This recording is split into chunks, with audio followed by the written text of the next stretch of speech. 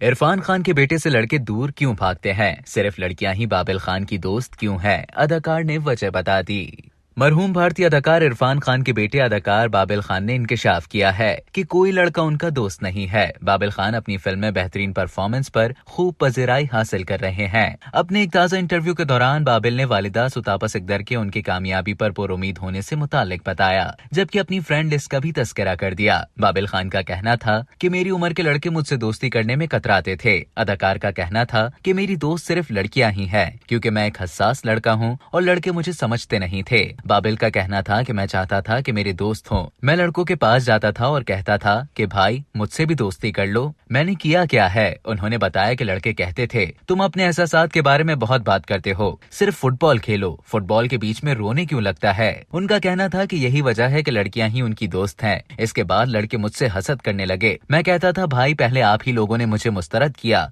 तो अब तुम क्या चाहते हो? मरहूम इरफान खान के बेटे बाबिल ने बताया कि इसी वजह से उन्होंने कई मर्तबा बदमाशियों का भी सामना किया।